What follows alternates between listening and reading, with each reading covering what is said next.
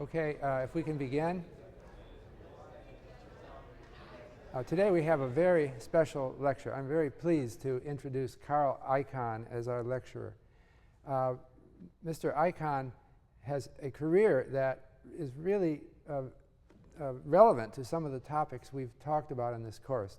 One theme we've talked about in this course is corporate democracy.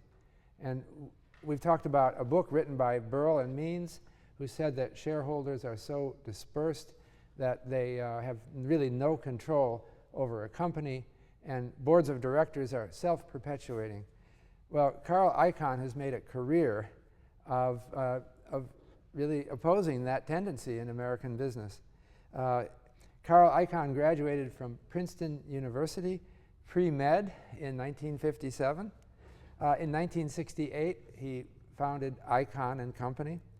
And this company, Icahn and Company, has taken substantial shareholder positions in a number of major corporations, including RJR Nabisco, TWA, Texaco, Phillips Petroleum, Time Warner, Motorola. And when Icahn and Company takes a position in a company, it then becomes active in the management of this company and in changing the way they do business. And they've done this with enormous success.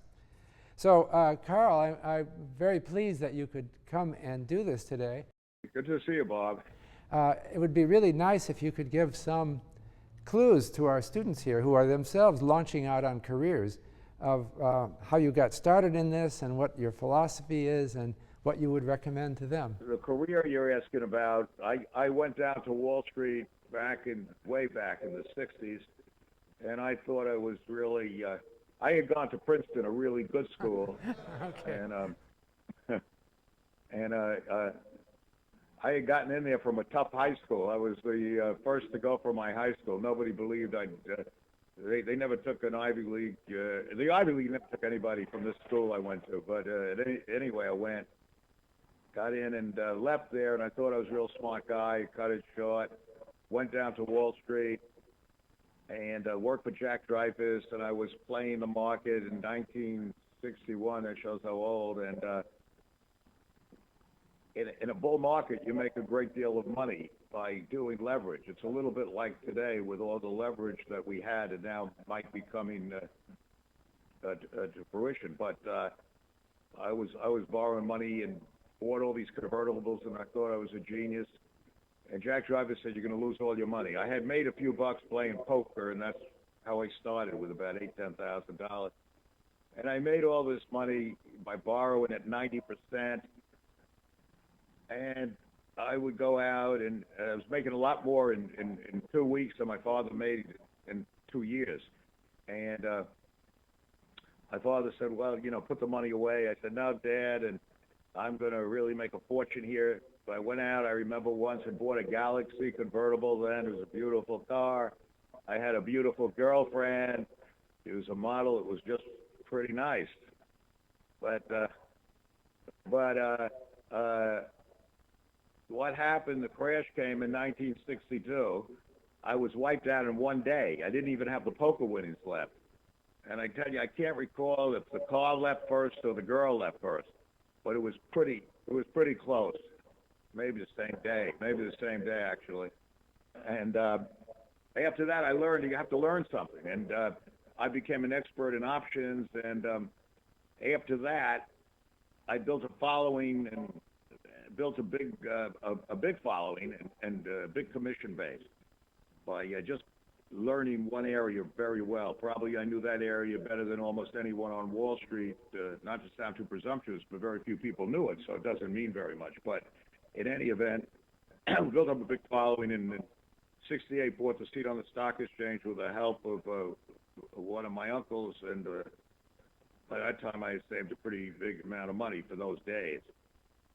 And then I got into arbitrage, but not merger, bonafide, and that's something else you can learn, where you can do it. You still do it today, but it's much tougher with all these computers, so I don't do it. Because I don't understand the computers; they're beyond me. So I don't work with them too well. Being a little facetious, but not too facetious.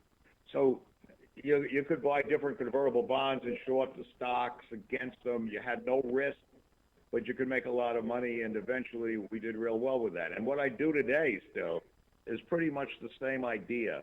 You buy stocks in a company that is cheap, and you look at the asset value of the companies that you buy the stocks in, and it becomes a little more complex. But basically, you look for the reason that they're really cheap, and the major reason is often and usually very poor management.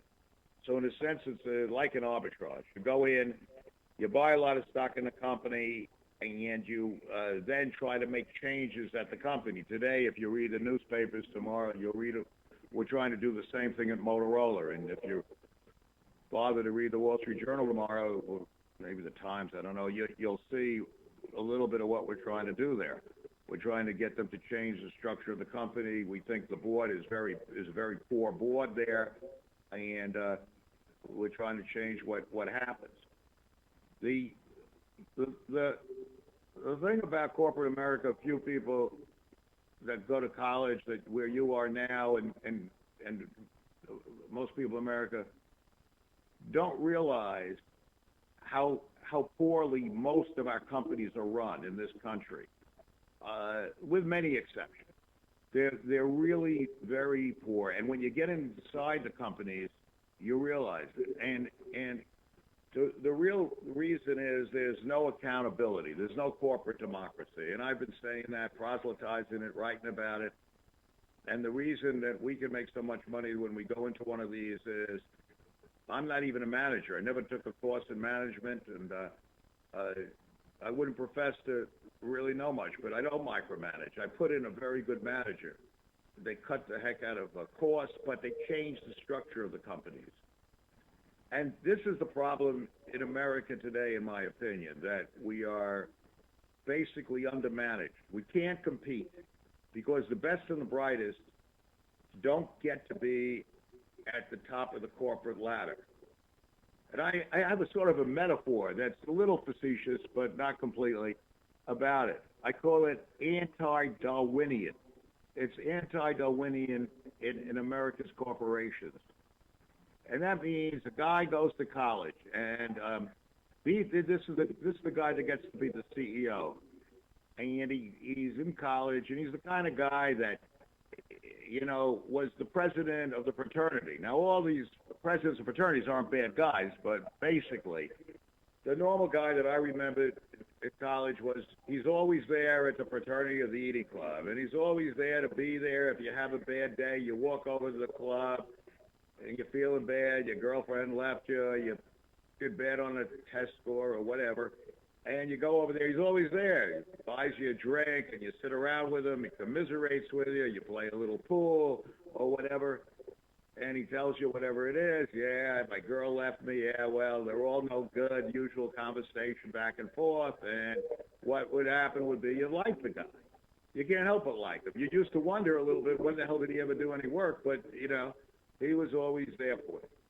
And he never made many waves. He never said anything too obtrusive, or he never showed too much intelligence, but he was a good guy.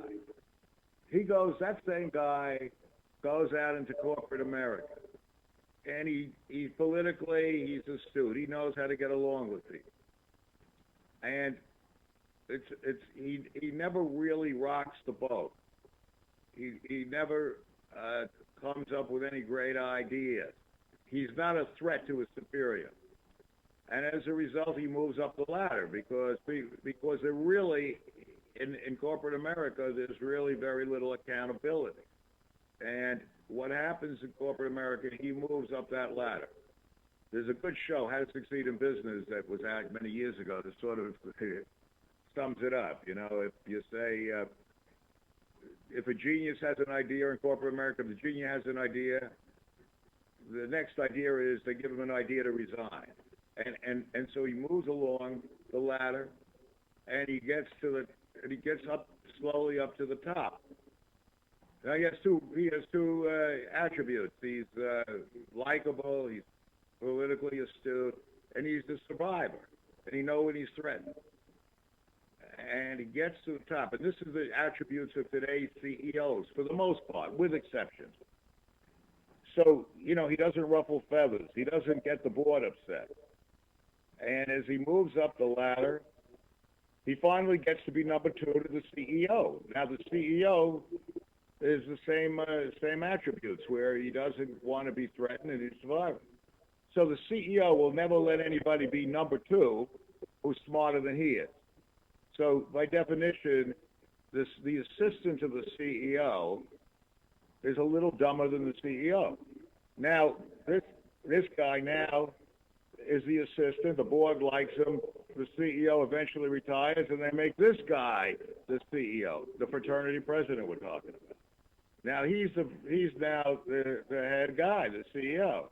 He'll bring in a number 2 guy that's a little dumber than he is, because he doesn't want to be threatened. So by definition, we'll be run by morons pretty soon. And we're not too far from that right now, from that point in our economic history. And so this is a problem that we have. Now, we've been able to do okay in this country and pretty well, even with the fact that we're badly managed. Because over the last 20 years, we've had a pretty free ride.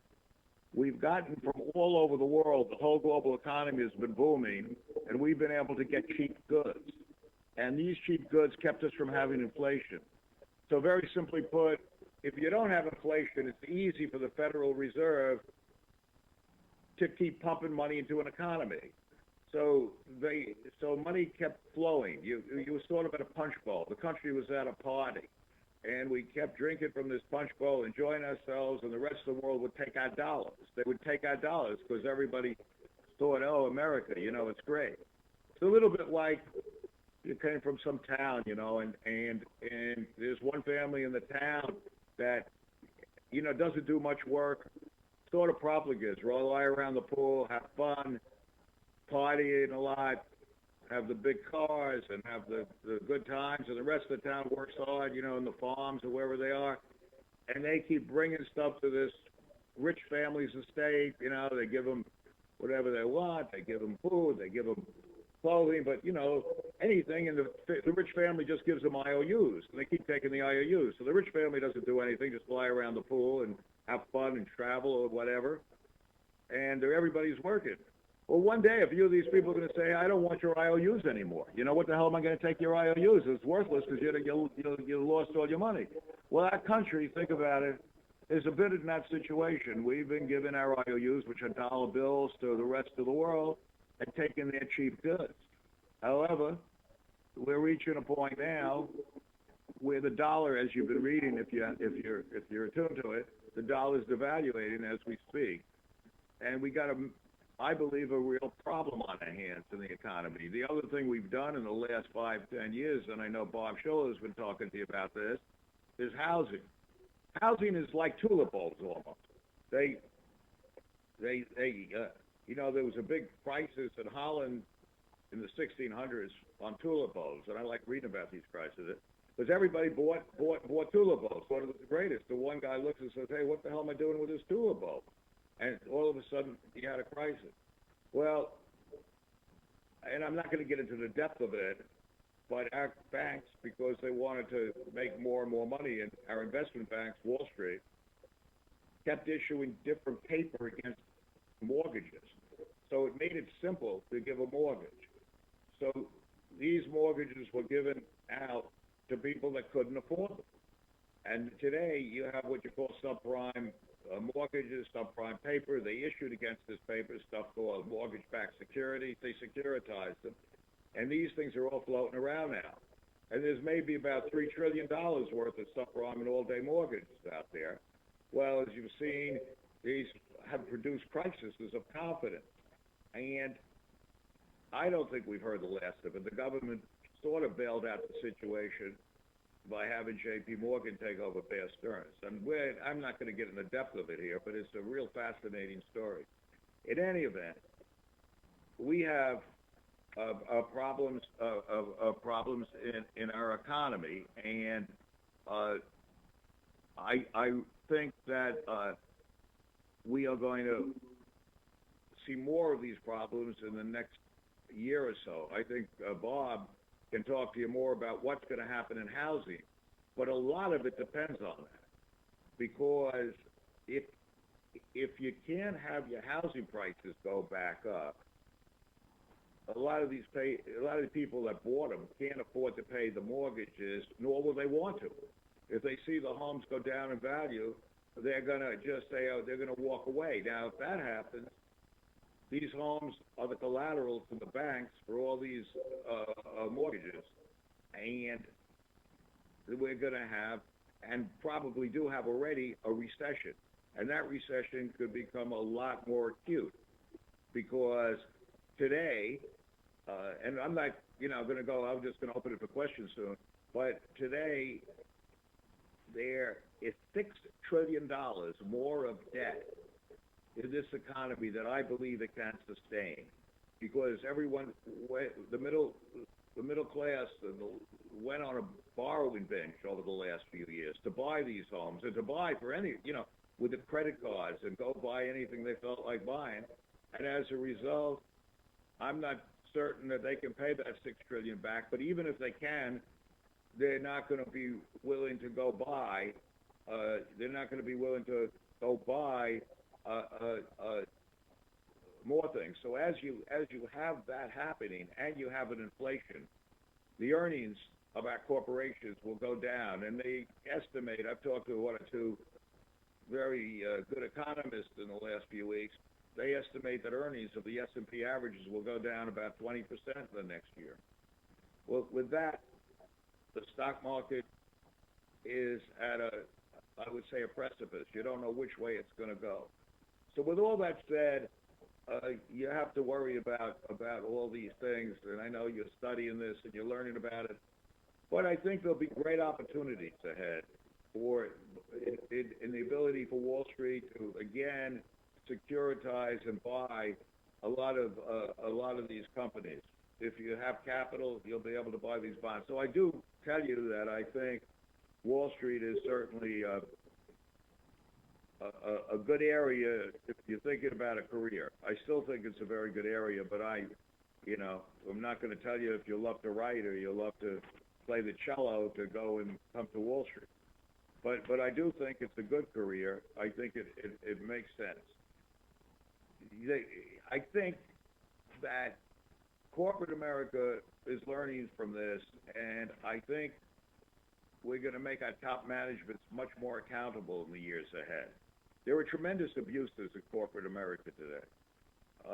Your CEO makes 400 times what the average worker makes, and he's just simply not worth it. And the reason you have this is that you have no accountability, that shareholders simply don't vote. They don't care about voting, and there's a whole reason for that. You have an internecine relation with the owners of a lot of our stocks, which are the mutual funds and institutions that don't like to vote against these managers. However, someone like myself and a few other activists do get a vote now, and we do get a proxy fight going, and we'll see, for instance, what happens in Motorola that we're doing as we speak. And I think that will give an opportunity for young people like yourselves to get into corporations in our country. And while I think Princeton might be a little better than Yale, I think Yale is a good school, and I think that all of you are really probably the top of the student bodies in this country. And going ahead in your lives, I think that the corporations might be a good place to look, or Wall Street for that matter, because I think there's going to be a need for bright people, and I think that you'll be able to be rewarded for it in the fact that there will be accountability again.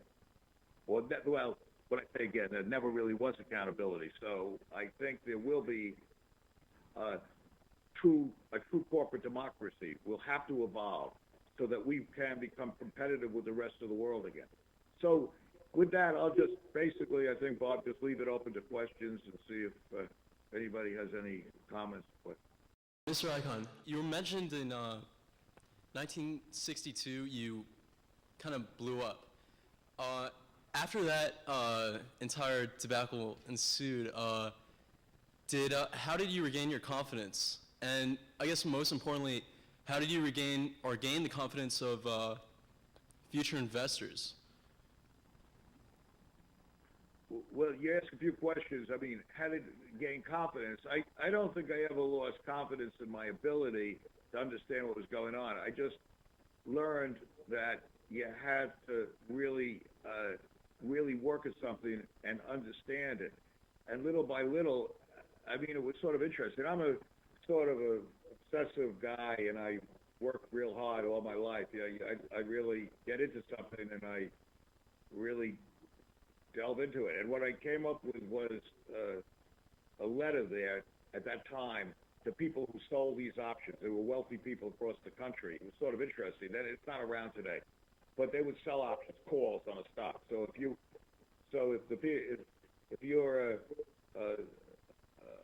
someone who traded the market, you'd like to buy an option on XYZ stock, and wealthier people across the country would sell these options, would give you the right. Today you have the CBOE, it's much more computerized, but then you would do it with these over-the-counter transactions. And I was really one of the first to come in and say to people across the country, rather than do it with your broker, who doesn't really understand this business, rather than sell it with me. I was a broker. It's just sell it with me.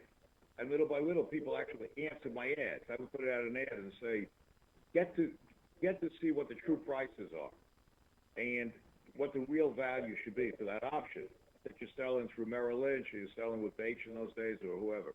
And I'd get letters from all over the country. And literally, I'd stay down on Wall Street till midnight, calling people in California that would write in for this letter. And we built up a big following because I was really,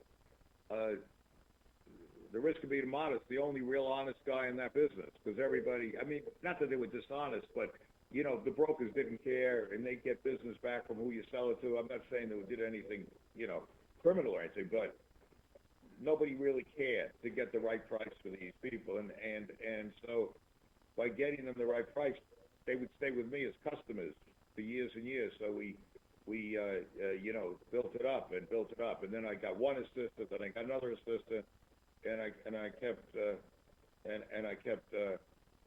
moving up the ladder. But it took a lot of hard work and perseverance.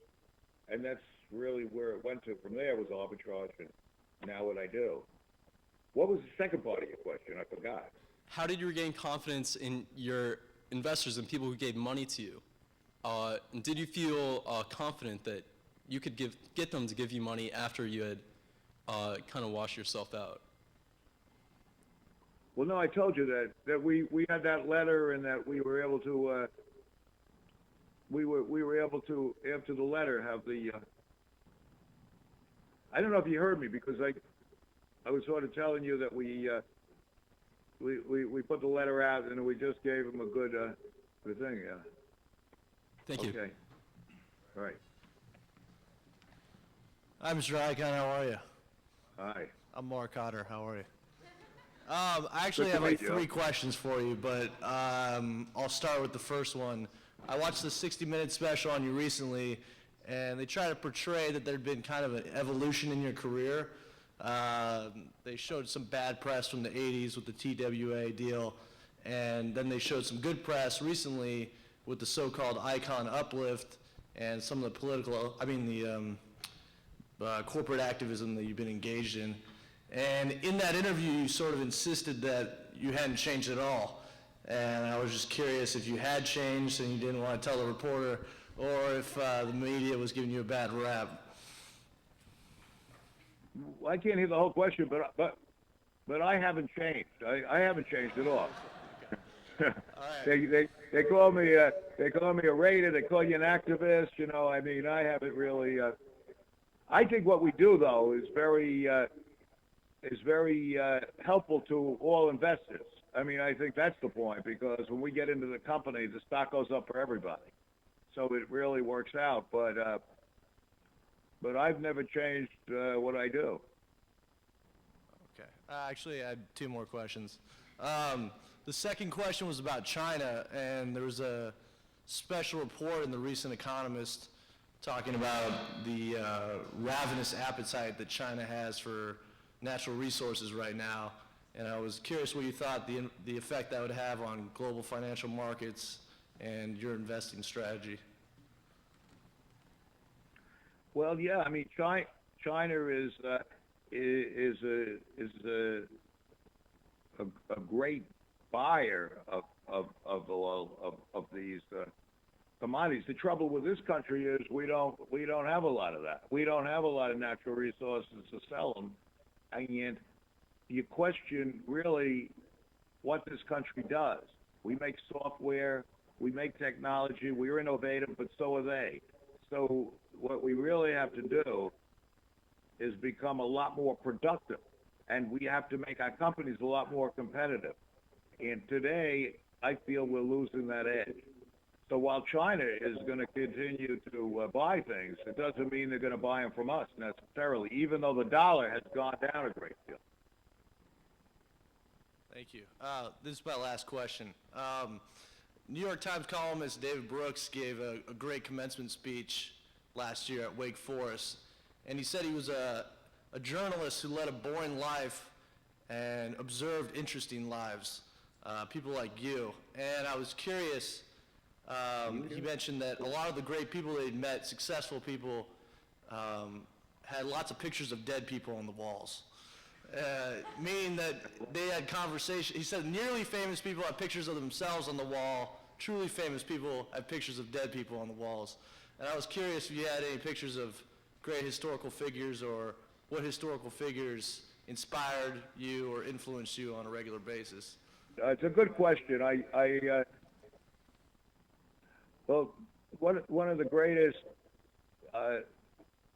philosophers I ever read was Aristotle, and I think his Nicomachean Ethics, if you read it, make a great deal of sense, where you live with this golden mean, but at the end use your intellect. I mean, now you have to really read him in depth to understand what he's saying. And then there's a poem by Rudyard Kipling I like, If. I'm sure a lot of you read it, you know. If you could keep your head about you and all losing theirs. I read that every once in a while, and so in the code that we follow, that's really important to be able to meet with triumph and disaster, you know, and not let either of those imposters, treat those imposters just the same. Meaning that if you're doing great, don't think you're a genius, and if you're doing badly, don't think the world comes to an end. And if you work hard, maybe it sounds trite, but if you work hard and don't let your ego get ahead of you, which so many people do when you're doing well, and don't let yourself become too despondent if you're not doing well for a while, then have faith in your own ability, and really work hard at whatever you do. Give it everything you have. Well, if you can do all that, I think the chances are that you're going to hit a lucky streak, because luck comes and goes. If you have your health, luck comes and goes. And realize when you're doing really well that it's not just you, and then when you're not, it's not just you either. So I think that kind of thing. You should read that poem.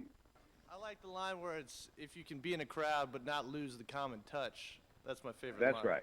It's a good one.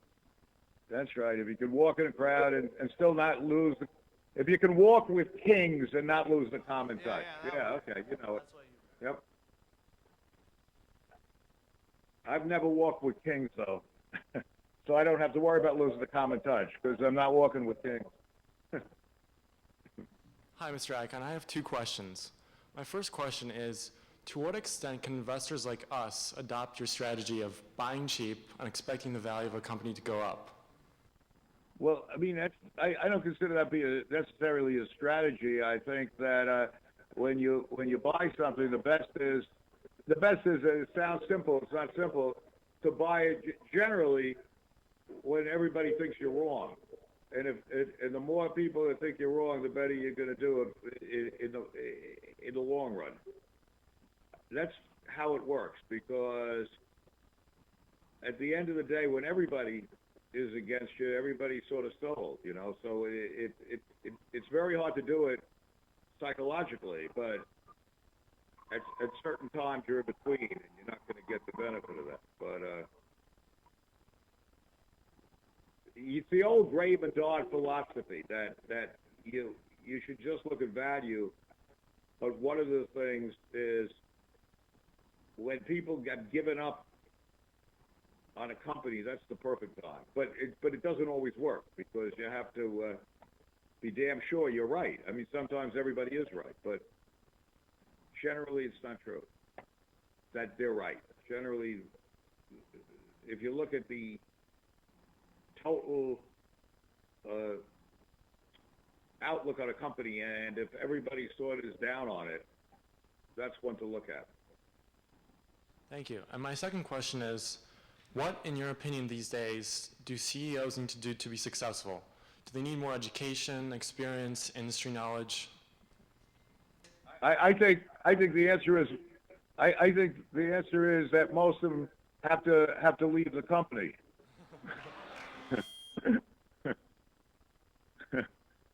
But to be a little more fair about it, the CEOs of a lot of companies probably could do a good job, but they're more into building up. It's like the royal we, you know. It's more like the imperial CEO, and they build up a huge amount of people around them, and they very rarely get to the nub of the problem. And some of them are probably okay, probably good guys, but there's no accountability. It's like you go to school, and if you never have tests and nobody ever bothers you, and that's what really happens until they really hit the bad times. And I guess you could say I'm a bad time when I come in. They don't like it too much, you know. But I think that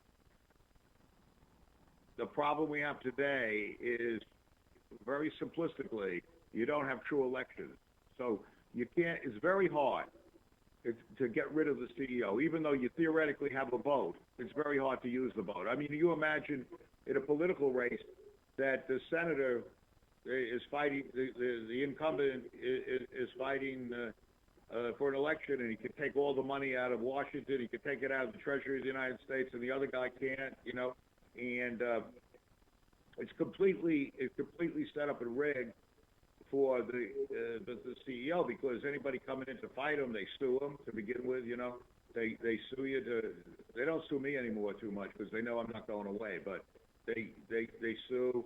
They do not let you have. I could go into all the different shark repellents, you call them, but it's very, very difficult to beat one of these guys.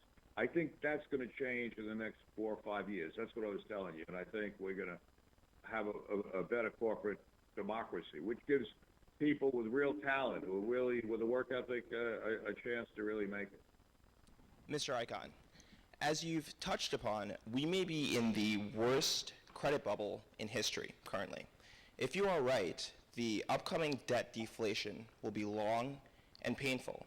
How will you recommend that investors protect their wealth during this period to take advantage of upcoming investment opportunities? Well, it's hard to recommend how to invest at this time. Without knowing how much capital you have. But I would be, again, you know, I've been here in a different arena. You know, we invest and we look for these opportunities now, but I feel that you have to be certainly very careful right now. You have to be very careful in your investment. Even though the market's been going up the last few days, I would be careful and not have all your money invested in stocks. I would look at a lot of these distressed debt. Some of the distressed debt that has gone down. I don't know if you understand that, but some of the debt that even bank debt, which is the highest level, I think is become very cheap. So that kind of stuff is something to look at. But I'd be very careful in buying equities. But I mean, you certainly could make a fortune buying them. I mean, I'm certainly not telling you it's not going to work, but I think it's all risk reward and a lot of risk. I would be looking at this at the debt areas. You mentioned about the U.S. dollar falling in value recently. What kind of foreign currency vehicles or trading would you recommend to kind of hedge a bet against the dollar, assuming that it continues to fall? Yeah, I don't know much about currencies, and I really don't get into something I don't know something about, or generally don't. So I don't play the currency market, unfortunately, because our currency's gone down so much.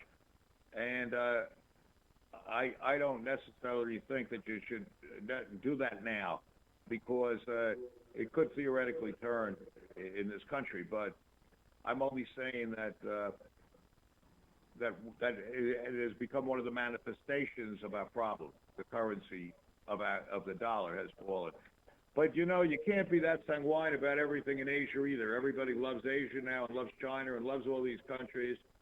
But you could have some global problems too. So I don't know that it's time to rush out of the dollar, you know. Hi, Mr. Icahn.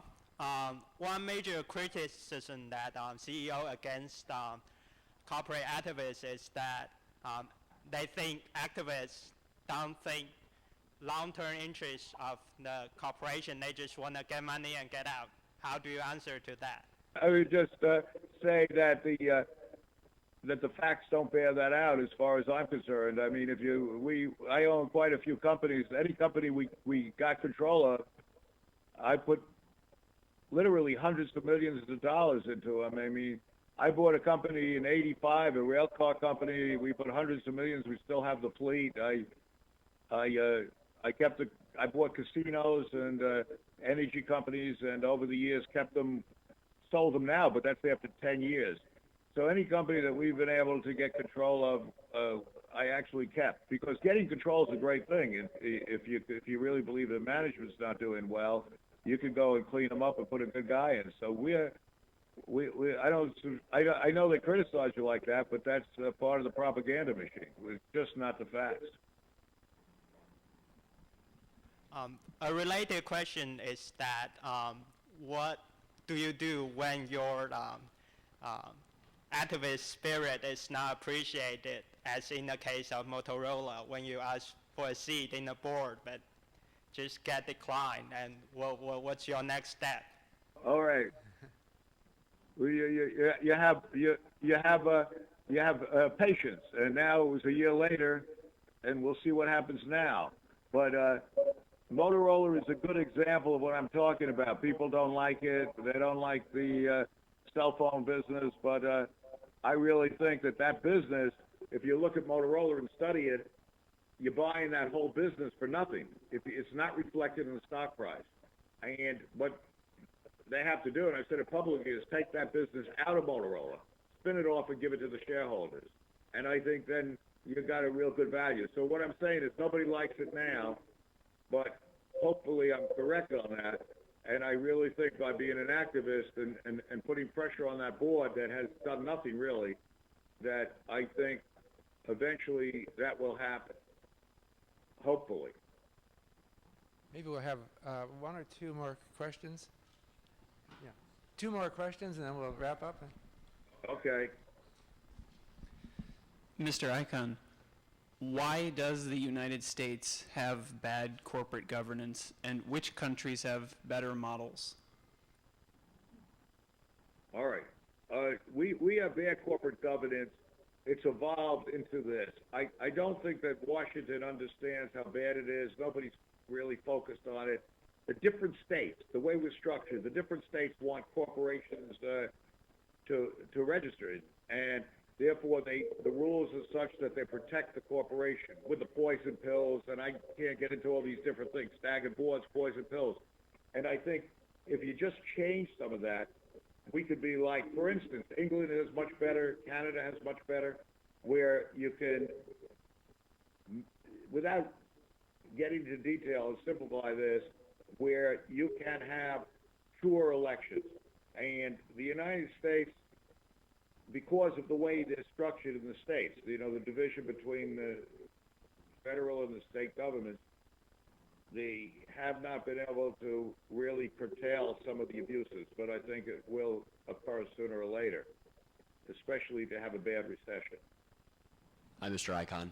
You mentioned that you believe that many companies are poorly managed. Obviously, you don't invest in every company, so I was wondering what factors you look for in identifying companies that you want to invest in and that you think are especially poorly managed.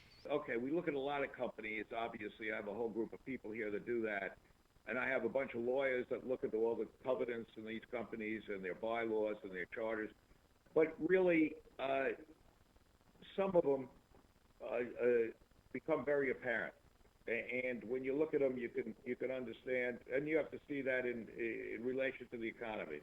But some of these companies, it's just apparent that the value of these companies would be much better if they were better run, or they just simply did certain things by breaking, like Motorola's example, they just broke it up, or and in some biotech companies that we're involved in now, there's a need for them by the big pharma. Big pharma hasn't really done research for years of any merit in the biotech area, and therefore biotech companies aren't that well run, but they have spent a great deal in research for the large molecule drugs, and so therefore you look at these, and some of them become quite apparent after doing them for the years and years I've done them.